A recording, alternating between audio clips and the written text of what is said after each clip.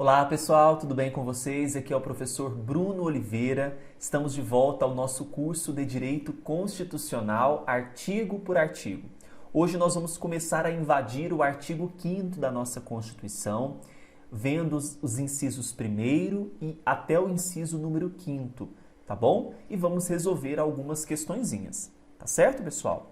Bem, lembrando a todos que lá no nosso site eleitoralcombruno.com.br tem um curso de 1.300 questões comentadas de direito constitucional. Passe lá no site, conheça o nosso curso, tá bom? Bem, pessoal, o artigo 5º caput da Constituição prevê que todos são iguais perante a lei, sem distinção de qualquer natureza.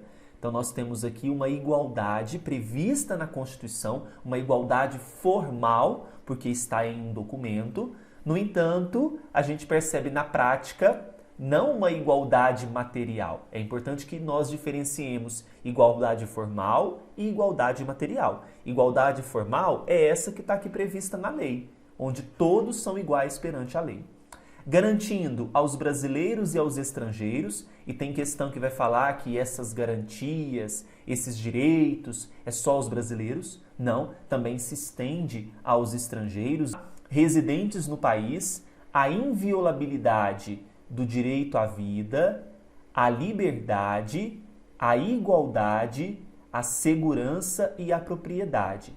Nós temos esse top 5 de direitos aqui que são garantidos aos brasileiros e estrangeiros residentes no país. Quando eu disse também aqueles em trânsito, nós vamos perceber que tem alguns direitos que também serão garantidos a eles, tá bom? Mas em regra, o direito à vida, liberdade, igualdade, segurança e propriedade são garantidos aos brasileiros e aos estrangeiros residentes no país. Tá bom? Alguns direitos serão garantidos também àqueles que estão em trânsito, tá certo?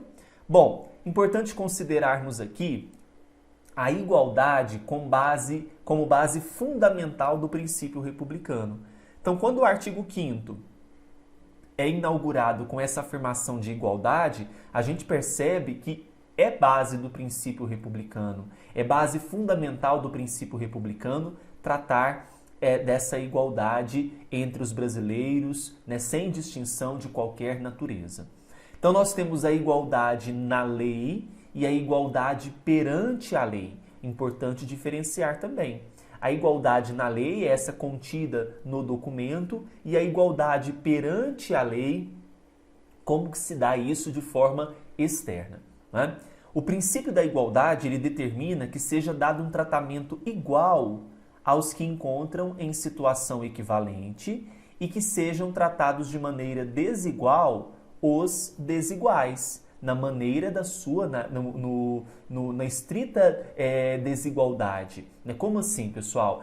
É importante que a gente trate os iguais de forma equivalente. E os desiguais, é importante levar em consideração essa desigualdade. Então, por exemplo, em algumas situações, nós vamos ter que conferir àqueles desiguais estritos direitos a eles por conta dessa desigualdade, não é? Então, é importante a gente medir essa igualdade dessa forma, né? Nós chamamos aqui de equidade, né? Tratar os iguais de forma igual e os desiguais na medida das suas desigualdades, não é? É importante levarmos em consideração também que isso não veda tratamento discriminatório quando há razoabilidade em relação à questão desta igualdade. Em determinadas situações, nós vamos ter que tratar as pessoas, né, os cidadãos, de formas diferentes por conta das suas desigualdades, né? Desigualdades muitas vezes que nós encontramos no nosso país, social, econômica, cultural. Então, a igualdade ela precisa ser observada sob essa ótica, né, sobre essa ótica mais aprofundada, né? Por exemplo, temos a súmula 683 do STF que diz que o limite de idade para inscrição em concurso público só se legitima quando possa ser justificado pela natureza das atribuições do cargo a ser preenchido.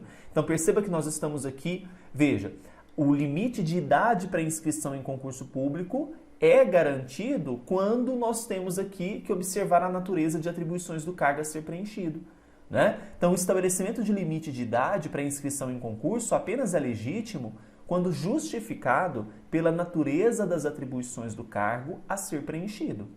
Tá bom? Então, essa é uma tese firmada pelo STF.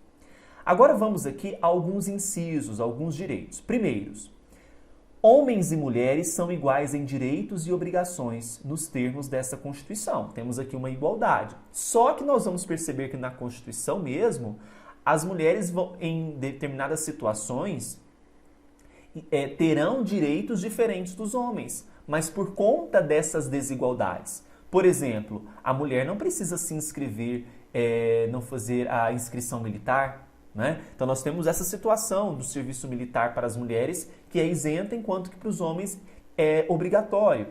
A licença gestante, né, para a mulher tem um tempo maior do que do homem, da licença paternidade. Temos também a situação da amamentação nos presídios para as mulheres que deram à luz. Então percebam que, apesar de homens e mulheres serem iguais em direitos e obrigações, nós temos situações em que nós vamos ter diferenças na própria Constituição, desde que seja nos termos da Constituição. Tá? Inciso 2º, ninguém será obrigado a fazer ou deixar de fazer alguma coisa, senão em virtude de lei. Nós temos aqui a máxima do princípio da legalidade, não é? Então nós temos que ninguém vai ser obrigado a fazer alguma coisa ou deixar de fazer alguma coisa, senão em virtude de lei. Então a lei ela prescreve, a lei determina e o cidadão ele vai seguir o que está previsto em lei, tá bom? Ninguém será submetido a tortura, nem a tratamento desumano ou degradante. Mais à frente nós vamos ver situações em que se veda no Brasil, né, penas de tortura, banimento, né? Nós vamos ver situações também, pena de morte no Brasil não é admitida, salvo em caso de guerra declarada. Então é importante levarmos em consideração esse direito, né, essa garantia que nós temos no inciso 3º, com base no princípio da dignidade da pessoa humana. Né? Ninguém é submetido à tortura nem a tratamento desumano ou degradante. Inciso 4º, é livre a manifestação do pensamento, sendo vedado o anonimato. Né? A gente sabe que a liberdade de expressão ela não é absoluta, como qualquer direito aqui na Constituição. Não é absoluta a liberdade de expressão. É importante que nós tenhamos limites aqui para não ofender o outro, né? E um deles, nesse inciso 4º, de tratar dessa manifestação do pensamento como liberdade, mas vedar o anonimato, é importante considerarmos também. Veda-se o anonimato justamente para, caso ultrapasse determinados limites da liberdade de expressão, eu consiga identificar o ofensor, né? E a ele eu trazer algumas sanções. Inciso 5º, é assegurado o direito de resposta, proporcional ao agravo. Então, nós temos proporcionalidade àquilo que foi ofendido, né?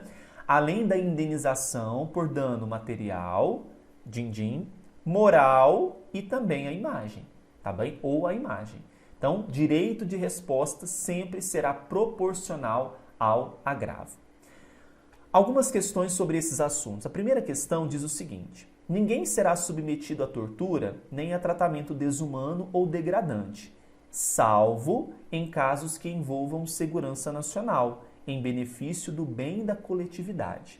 Pessoal, essa questão ela está incorreta, porque quando a gente observa e faz a leitura do inciso 3º, não tem nenhuma exceção.